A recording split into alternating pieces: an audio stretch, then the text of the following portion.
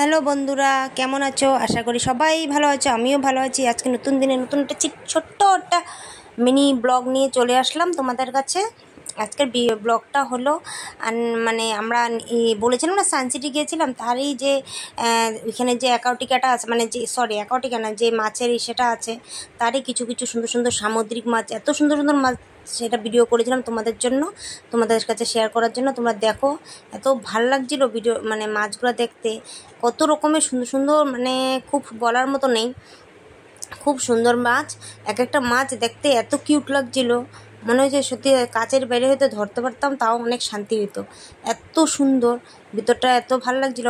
কত রকমের, আমরা তো আর সমুদ্রের মাঝখানে গিয়ে এভাবে দেখতে পারি না, তাই আমরা টিভিতে, মোবাইলে, এনিথিং এইসব জায়গায়, এরকম যেখানে মাছের অ্যাকোরিয়াম থাকে, এরকম জায়গায় আমরা এইসব জিনিস দেখতে পাই, অনুভব করতে পাই।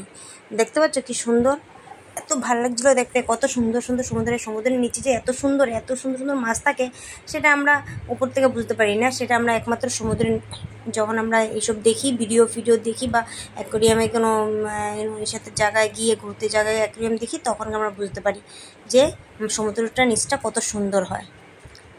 দেখেছো কি ভাল লাগছে মাছগুলো,